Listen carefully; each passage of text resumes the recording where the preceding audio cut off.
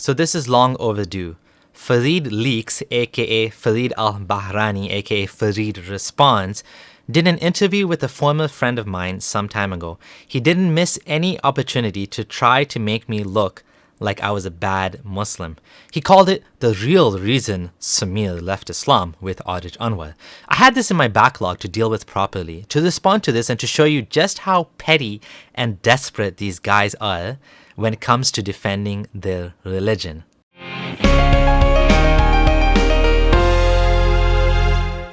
This is your friendly ex-Muslim. I create videos reflecting on Islam and my thoughts as a former Muslim. Let's have a listen to what they have to say about me. So you sent me a DM saying that Samir told you before leaving Islam that he struggled with fasting. So the very first thing that they want to mention is that I struggled with fasting. Notice that they've already jumped into personal attacks, something that's totally irrelevant to arguments on whether Islam is true or false. Notice that they're more interested in discussing personalities and making character attacks over ideas. The video is only 2 minutes in and already the red flags are showing. As the video continues, you will see just how desperate Farid is to paint me as a bad Muslim. He didn't miss a beat when Aarij messaged him to bring him on the show and to talk shit about me. Please tell us about that. Give us a bit of a background, or give us a bit of background in regards to who is Samir. Who was Samir to you? Sure. Bismillah, alhamdulillah, salatu ala rasulillah. Samir was somebody I met at university. He's put out a video talking about me and you know, a lot of the stuff in fact, I think most of the stuff he talks about between me and him is factual, that we were friends, we met at university, he was senior, I was junior. To give you some context, Aarij has done this multiple times, and I've openly challenged him to a debate. I told him, if my issues are all personal, then you should have no problem proving me wrong about my points. To this day, he has not accepted my offer, and he's not famous or anything, so he has nothing to lose by talking to me. If he doesn't want to do it, that's fine. But then stop saying this is about my personal issues, because it's clear to me you don't want to or can't respond intellectually. I don't want to get too much into the former video here, so I'll link it below. But in a nutshell, since I left Islam, he's been attempting to make me look like I was a weak Muslim who left Islam because fasting was too tough. He has repeatedly tried this approach from the day I left Islam. And the last time he did it, even the Muslim community felt he was being slimy by sharing confidential notes from a discussion at the mosque where he was an acting imam/teacher. Not only that, from the very beginning, he admitted to me on WhatsApp that this was his modus operandi. He wanted to show that the holes were not in Islam, but in me. Kind of like the cult members of Nation of Islam who killed Malcolm X because he attacked the false prophet. These bullies want to take you down rather than let the precious ideology be seen for what it is. If you appreciate what I'm doing so far, don't forget to like the video and subscribe. Right. But then I got a call. I'm trying to remember who it was from, but somebody called me saying that Samir is having some problems about Islam. This is in 2015, and could you speak to him? Or maybe they said, would you like to speak to him? I don't remember exactly who it was and what they said, but I was like, yeah, for sure, man. Like, Ahlan wa sahlan, welcome. You know, whatever I can do to help, I'm here for that, right? And then we spoke on the phone. I was actually out of the country when we spoke on the phone. He mentioned some concerns. I was actually surprised that those concerns were so devastating to him that he was contemplating leaving Islam, because for me, they seemed quite trivial initially. So when I heard it, I was unsure of what to make of the severity of it. But then, you know, I realized that this is very severe to this individual. Right. And then so on the phone, we just, you know, mentioned something brief. And I said, look, I'm going to come back to Canada, then we'll meet and we'll discuss these matters. And then, have you noticed that people deep in their beliefs are not able to see the clear problems right in front of their eyes? We humans are masters of cognitive dissonance. Many of us are not willing to re-evaluate our former conclusions or our childhood upbringing and are unable to block contradictory. So his immediate dismissal of my issues is telling. But unlike these guys, I had already changed my positions once. I went from Ismaili to Sunni. I threw out my former beliefs because I felt that Ismailism contradicted the Quran. So I was able to do it. Now I want these two to do a thought experiment.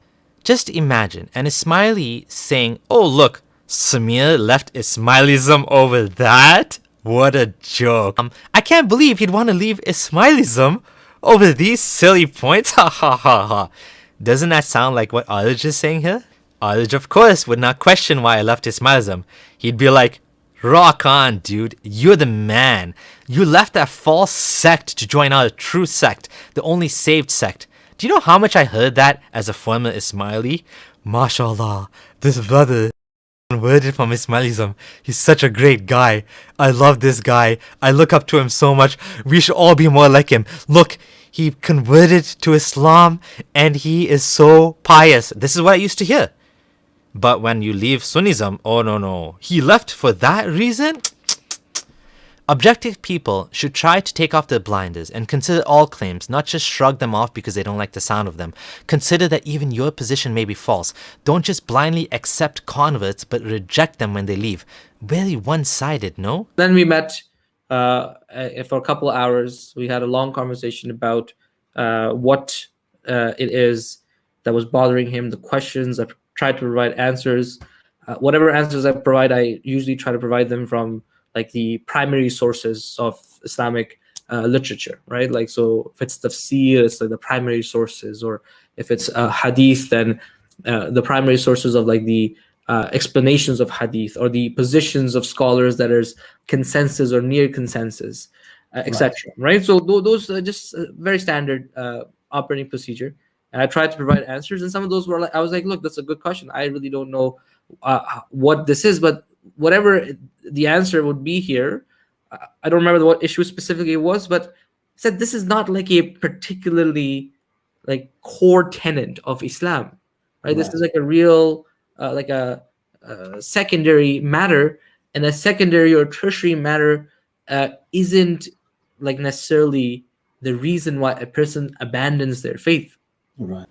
Ah, even he admits, "I don't have all the answers, but it's not a big deal, bro. Just chill, bro. Not a big deal. So what if Muhammad did a bunch of terrible things and took away the rights of women, took away the rights of adopted children, and taught hatred of non-Muslims for 1400 years? Not a big deal that the Dhul Qarnayn story makes no sense, that he saw the sun setting in a murky pool, and that this sounds like a totally made-up story that just coincidentally matches another made-up story called the Alexander Syriac romance.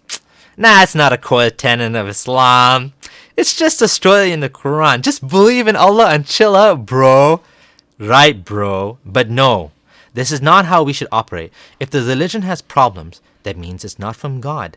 Allah is Al-Latif, Al-Khabir, right? He knows the most subtle things about the universe. He is the creator of the binary star system and the galaxy and the universe and the living cell. Yet he makes mistakes in the Quran that a 12-year-old today wouldn't make. We need to expect better from Allah. Right.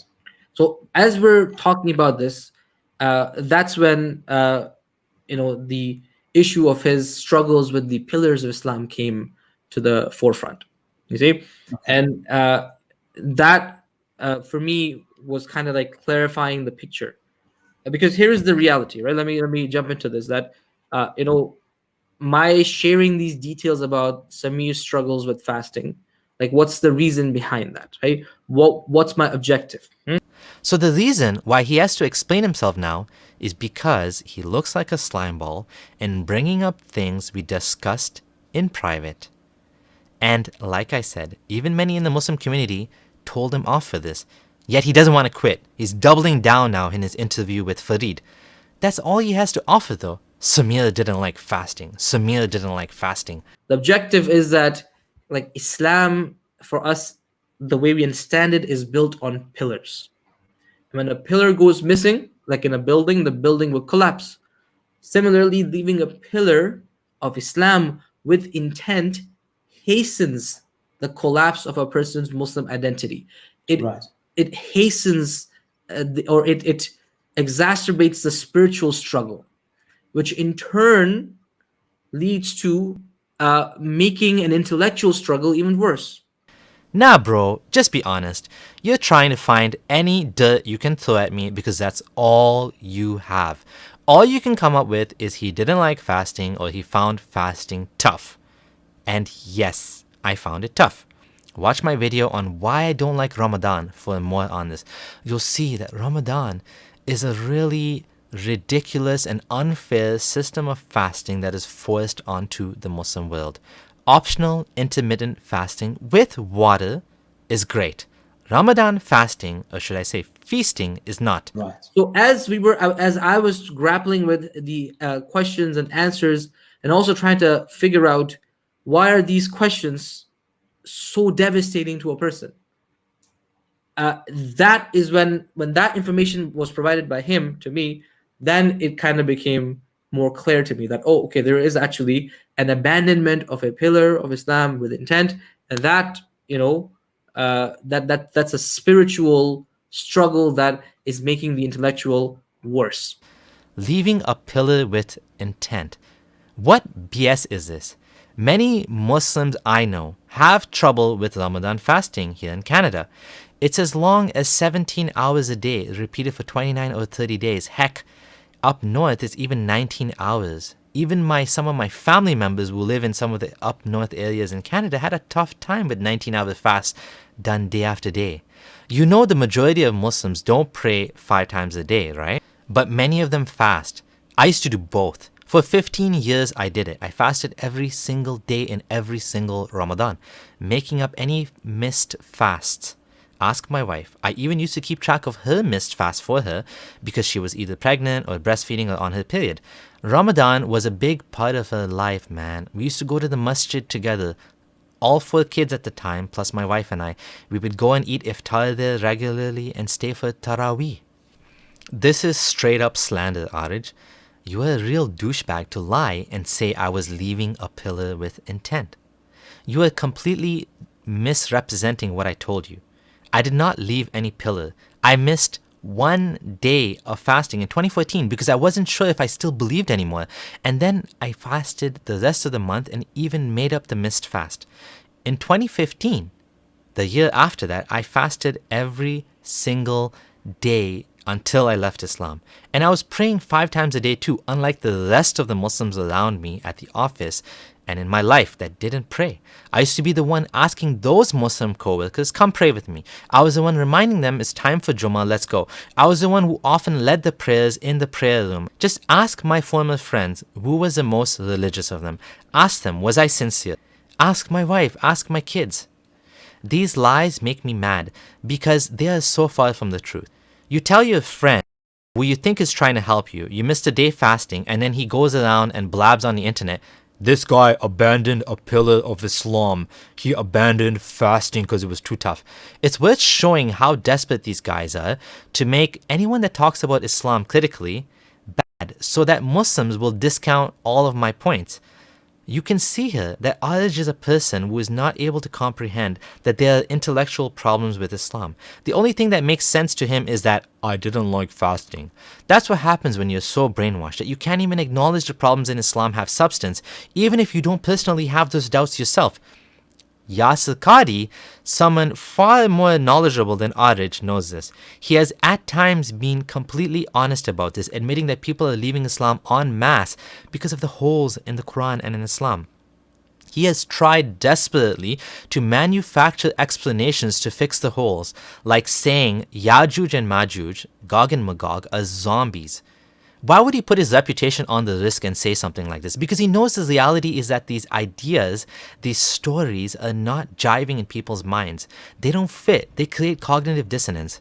Aarij, on the other hand, all you can say is, Samir didn't like fasting. Right. So not right. always this happens, right? There's Right, a lot of people right. who have spiritual struggles, but certainly when the building is already started to catch fire, you see, the pillar being removed from it is going to just hasten its collapse. Right. Do you guys realize that many Muslims don't fast and it still doesn't stop them from being Muslim? They continue being Muslim for the rest of their lives, despite the fact that they miss fasting or even worse, praying. The funny thing is, Not praying is a bigger sin than not fasting. Some scholars even say that giving up salah is kufr. Yet these same Muslims that don't pray a prayer in their life fast. Yet I didn't miss the fast, I just didn't like them. I found them invasive and overwhelming. See my Ramadan video. This is what happens when you have nothing left to pick on. You come up with whatever you can. Right. I wanted to provide context. Naturally. That was like, this was an individual who had this struggle, and he abandoned the pillars with intent. And he told this himself to me, right? That he abandoned fasting in 2014 as it was too hard. Aarij, you are such a Pinocchio. I did not abandon fasting because it was too tough. I stopped fasting for the day, as I myself told you, because I wasn't sure if I was Muslim anymore. It had nothing to do with toughness and everything to do with the fact that I had doubts in the religion. I do remember the day quite clearly. I went to the mall with my wife. I bought a Starbucks coffee. No, I'm not sponsored by Starbucks. And we chatted about things. She asked me to talk to some Muslim brothers, some Muslim friends of mine about my doubts. And then I decided after those conversations that I will bury my doubts and I will remain Muslim. You are such a big fat liar. I never ever said I abandoned fasting because it was too tough.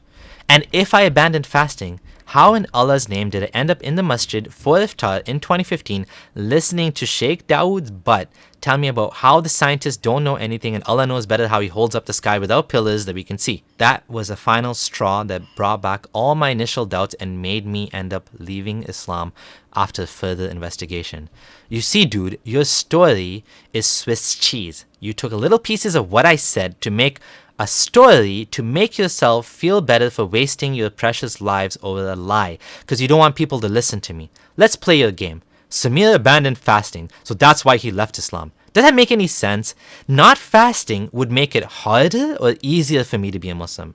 It would make it easier, Einstein.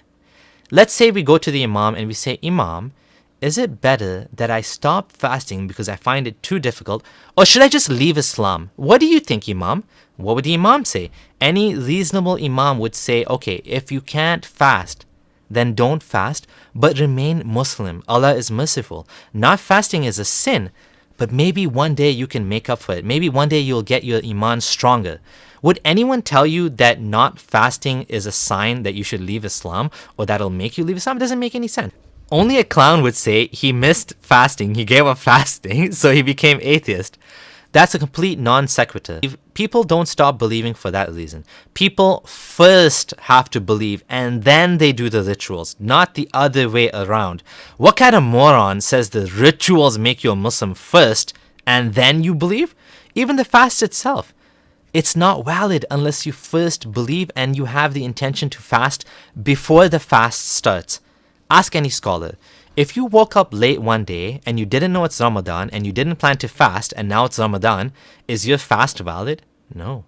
You can only do this for optional fasts. Without this context, a Muslim who's watching the video, as I was listening to his conversation when it was happening, would be like befuddled at how is this person leaving Islam based on these concerns, right? And they would then think perhaps that this is like a purely intellectual struggle that this what person was going through. And then his final conclusion is maybe even like a acceptable or maybe even a noble conclusion. Right. Now he admits it. If they can't find a way to slander me, people might consider that I was right about leaving Islam. That maybe it was even noble. But I would like to comment about that. yeah, please. When I first saw his video, and I've seen his video I think like twice. Farid is my biggest fan. He watched my videos twice and even made multiple response videos to me. Hopefully he's a future ex-Muslim as well. And he comes off as someone who left Islam due to the shubuhat, due to intellectual issues, due to arguments that he had no answers for. That's what he comes off as. He titles the video, Abdullah Samir leaves Islam after 15 years of promoting it.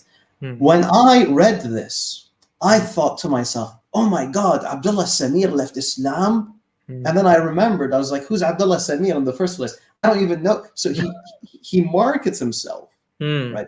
he markets himself as that guy, as Akhi Wallah al-Azim, I thought this guy was like not necessarily a scholar, but at least a high level student of knowledge. That's what I assumed. I assumed he was like a famous da'iyah. I had no idea he was just this no. What did he do? How did he promote Islam? So you'll see, Farid tries to now go to something else. He tries to focus on the fact that I wasn't a scholar, but I never claimed to be one. He's trying to focus on this, that he was a nobody. Thing is, I never claimed to be anyone other than a dedicated Muslim that wanted to promote the deen in my own way. That's what I did. But I don't need to tell you that. Let Aarij tell you what I did. So what he did promoting Islam, and actually that's true. Yeah. He did promote Islam a Yeah. lot. But before I let Aarij finish, I'm going to point out something funny that you're going to see. As Aarij goes on and on, calling me a pioneer in the online Islamic dawah, providing a service to the Muslims before YouTube and social media and so on, and praising what I did, you'll notice Farid gets more and more uncomfortable. And so he tries to stop him and immediately changes the topic. Watch and see. So what he did promoting Islam, and actually that's true. Yeah. He did promote Islam Yeah. a lot when he was a Muslim. Okay, and that's something that no one should take away from him. Yeah. He made websites that were ahead of its time. He had a website called Light Upon Light where he posted lectures. He had a really big project that was called Ayah by Ayah or something, or verse by verse Quran, where somebody was before. This is before, like all this information before. I think before social media, right? Like before Instagram and before all the web apps that we see. Sorry, not Instagram, but all of the web apps that we see today. Before all of the web apps and before all of the phone apps, right? In that era where there was already YouTube and Facebook, and the net was expanding into web apps. So he made many websites that were to get that information out there, basically. so resources for Muslims. That's what it was. Resources like a collection of video lectures on a site dedicated, right? So I would like to add. Farid can't take Aarij praising what I did and had to change the topic back to doubts, since his attempt to use Aarij to slander me didn't work here.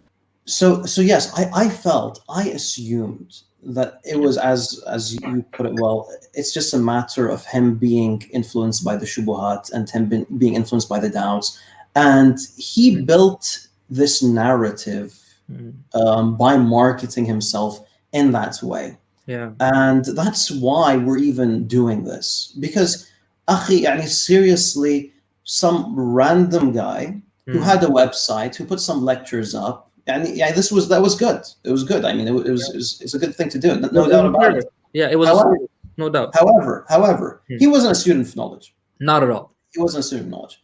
And you see, I don't want to like I don't want to like be very frank about my opinion of him, but I don't have a high opinion of him. I have quite a low opinion of him. So I don't want to get into that. But it's very important to let audiences know, in my opinion, it's very important to let them know what led to this. Yes. And 1,400,000 views. There's sure, a lot of people rewatch a video, but I'm assuming there are 1 million unique views there. 1 million people saw that video.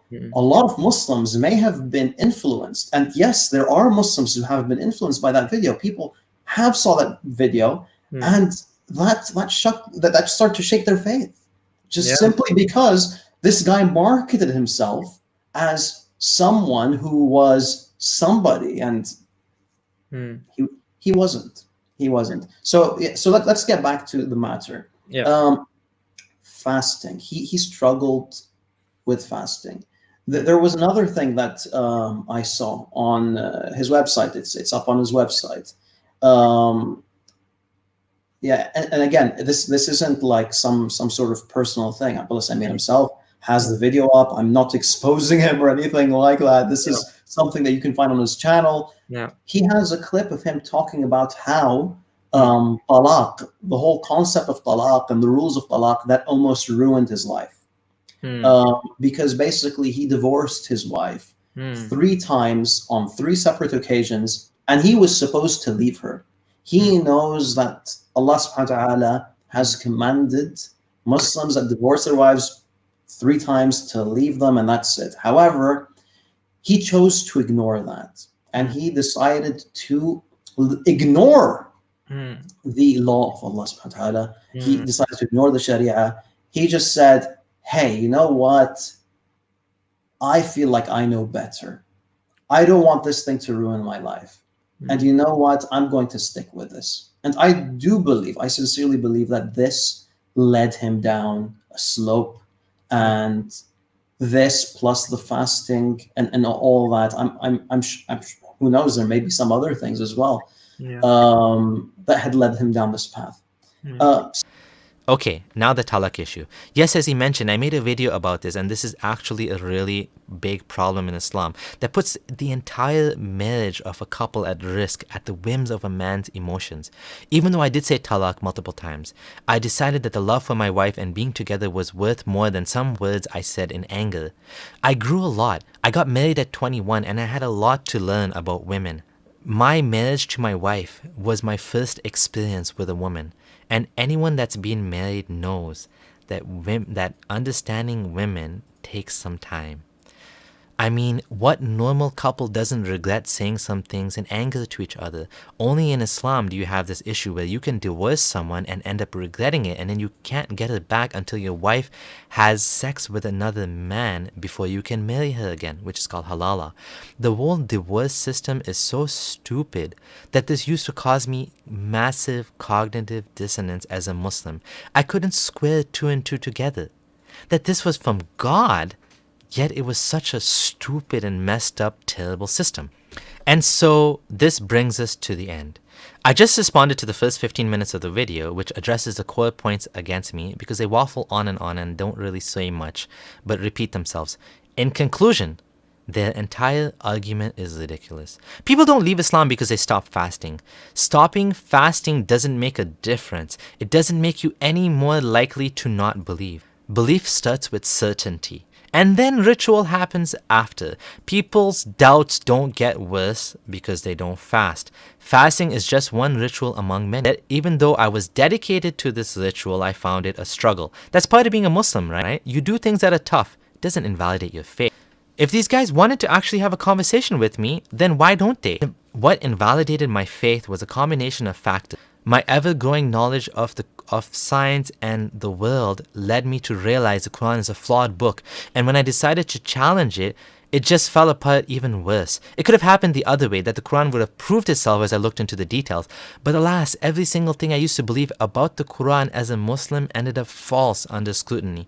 The ex-Muslim community has been growing since I left Islam. The Muslim community is dealing with a tsunami of apostasy, and nothing is ever going to put this genie back in the lamp. It's time to admit that Islam is false, and that there is no excuse to not see this for what it is today.